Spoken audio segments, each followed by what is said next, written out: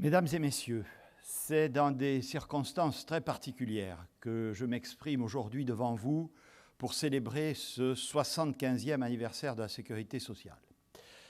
Voilà près d'un an qu'un virus inconnu a fait son apparition à l'autre bout du monde. Depuis, l'Europe et la France doivent faire face à une des pandémies les plus graves, peut-être depuis la grippe espagnole. Face à cette crise, nous avons pu, chaque Français a pu, constater la solidité et l'importance de notre système social.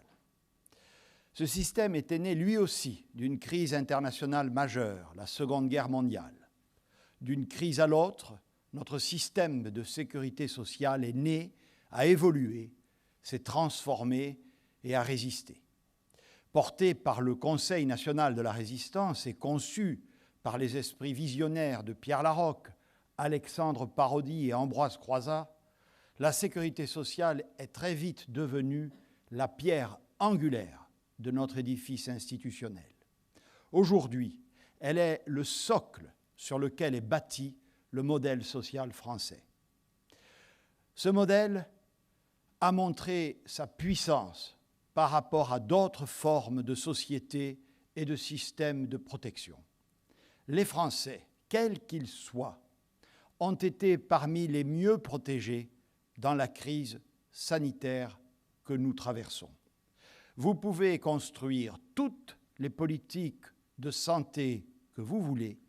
Si les malades n'ont pas les moyens de se soigner, quel que soit leur âge, leur revenu, leur état de santé, ces mesures deviennent inefficaces parce qu'elles sont de fait inégalitaires.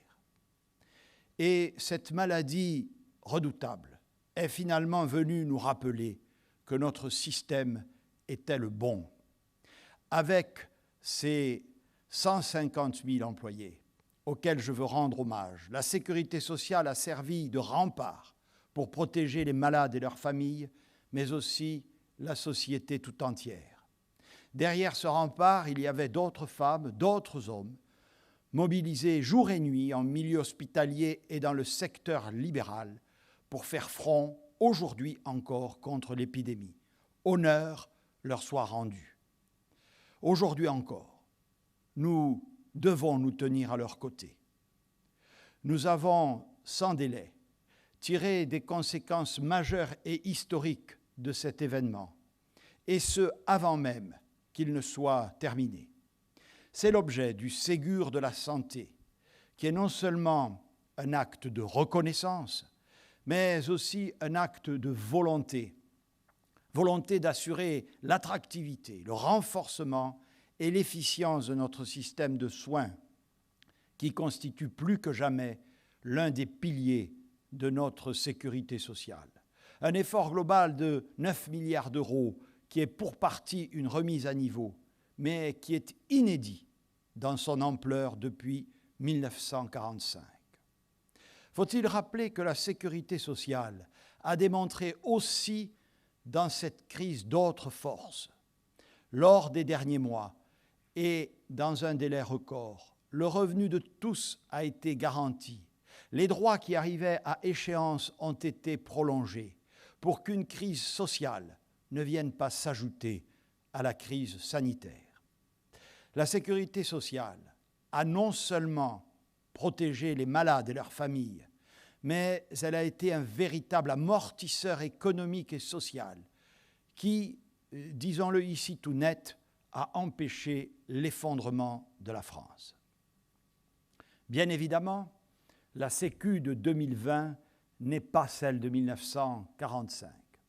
Et c'est une autre force de cette institution que d'avoir su s'adapter continuellement aux évolutions structurelles de notre société comme de notre économie.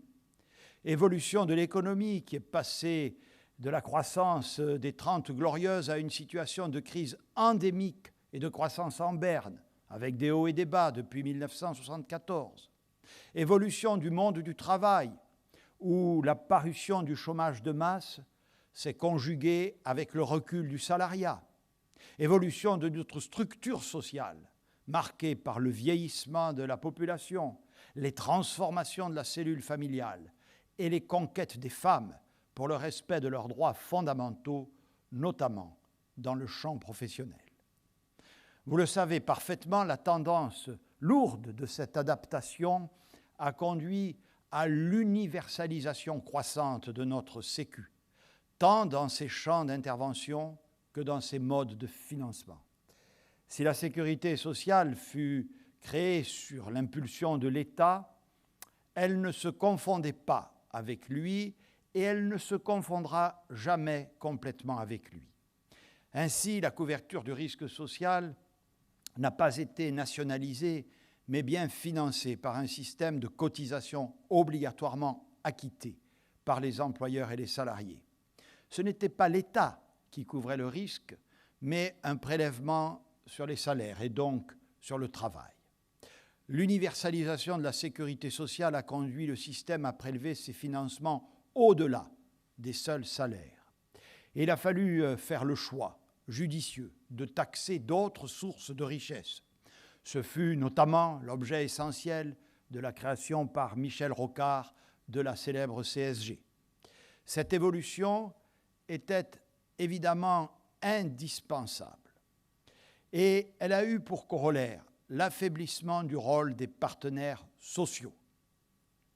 Pourtant, il ne peut y avoir de véritable esprit de responsabilité que dans le cadre d'une gouvernance, faisant toute leur place aux acteurs économiques et sociaux.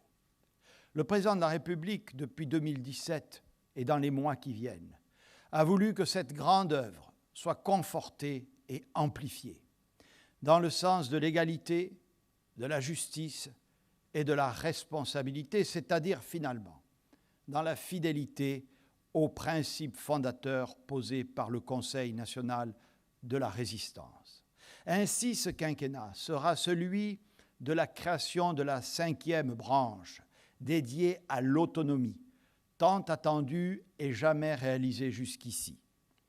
Les ordonnances de 1945 cherchaient à épargner la misère aux travailleurs âgés. 75 ans plus tard, nous voulons offrir aux personnes en situation de handicap et à nos grands aînés, et ce sur l'ensemble du territoire national, la possibilité de choisir jusqu'au bout leur mode de vie. La loi autonomie qui sera débattue l'an prochain permettra d'en fixer les modalités. D'ores et déjà, les aidants, dont la place est appelée à devenir de plus en plus importante avec le vieillissement de notre société, peuvent, depuis le 1er octobre, bénéficier d'un congé indemnisé. Ainsi, ils n'ont plus à choisir entre l'attention due à leurs proches et leur place au travail. Autre réforme majeure, celle de la retraite universelle. Ce souci d'universalité qui prévalait déjà à la création même de notre système en 1945 doit maintenant trouver sa réalisation complète dans un régime universel et lisible par tous. Dès l'origine, les pères fondateurs avaient hésité à créer un système strictement égalitaire, mais à une époque où le salariat dominait largement la société française, ils ont préféré maintenir la juxtaposition de régimes différents. Dans une société qui aspire à une plus grande égalité de droits réels et dans laquelle le salariat, je le disais, n'a plus le même poids économique et social, nous devons ensemble construire ce changement. Je sais l'inquiétude que cela suscite chez certains. Comme je m'y suis engagé tant devant la représentation nationale que lors de la conférence sur le dialogue social, je souhaite que les partenaires sociaux prennent toute leur place dans ce projet engagé par mon prédécesseur. Nous devons également poursuivre l'engagement d'une sécurité sociale au service de l'émancipation. Il y a 75 ans, la sécurité sociale voulait protéger la vieillesse et la maternité. Aujourd'hui, la société demande l'égalité réelle.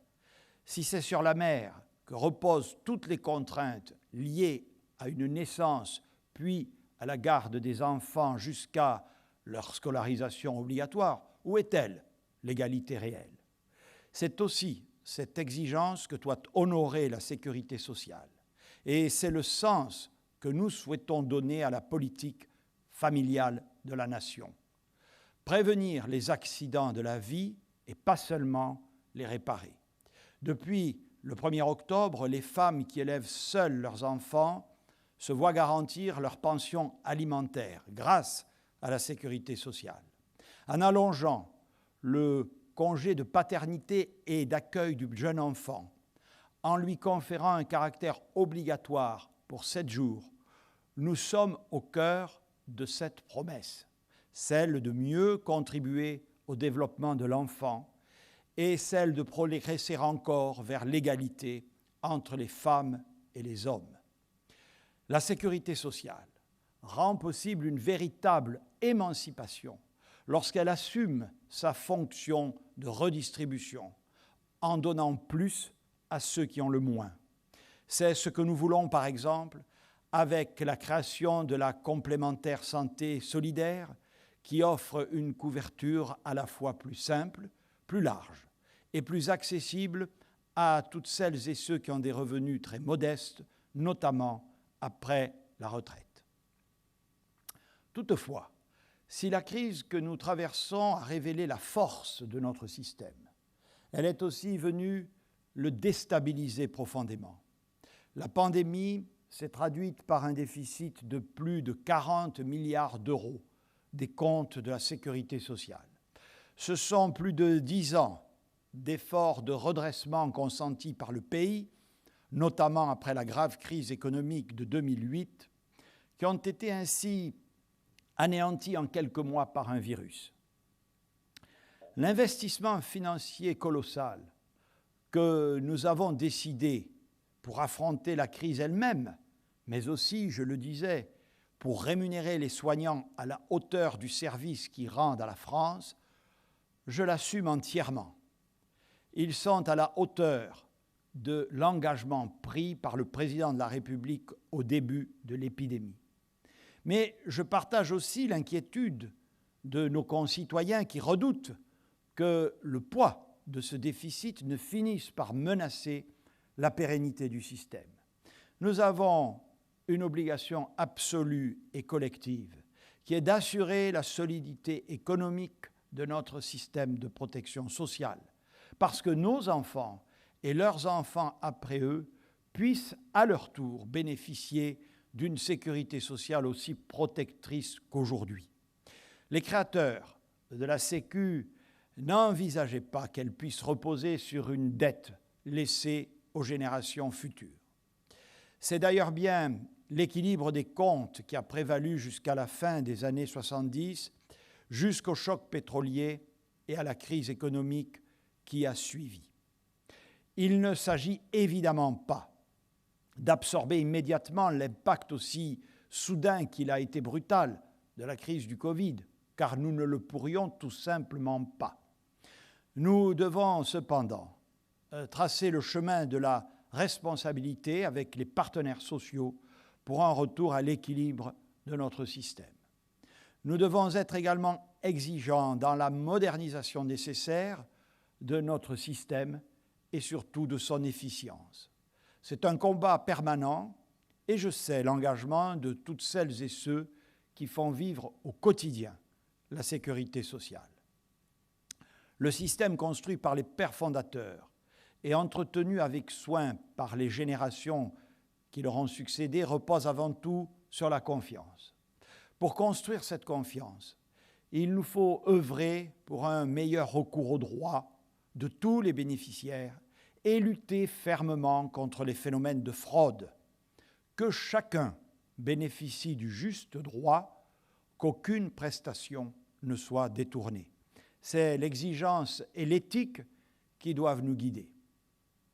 Aujourd'hui, contrairement à ses débuts, le système de sécurité sociale n'a plus d'ennemis idéologiques et tous les Français, même les esprits libéraux, se le sont appropriés. La sécurité sociale n'est pas seulement l'objet d'un consensus national, elle est consubstantielle à l'idée même que nous nous faisons du contrat social. Désormais, je dois le dire ici, le seul ennemi de la Sécu, c'est la crise économique profonde. Le général de Gaulle l'affirmait lui-même il y a plus de 50 ans. L'économie, la croissance restent la condition même du progrès social.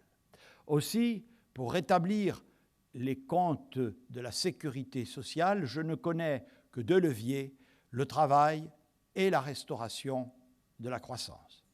C'est la raison pour laquelle nous avons élaboré un plan de relance de 100 milliards d'euros qui s'adresse tout à la fois aux entreprises et aux particuliers et qui a été aussi pensé et voulu pour soutenir et restaurer notre croissance, donc notre système de protection sociale. Il n'existe pas, à ma connaissance, de politique efficace dont chaque partie ne soit solidaire les unes des autres. C'est ce que j'ai voulu vous dire aujourd'hui dans le cadre de cette commémoration importante. Notre politique est globale. La sécurité sociale fait partie d'un tout, sans que cela n'enlève rien à son identité singulière et, j'ose le mot, à sa souveraineté.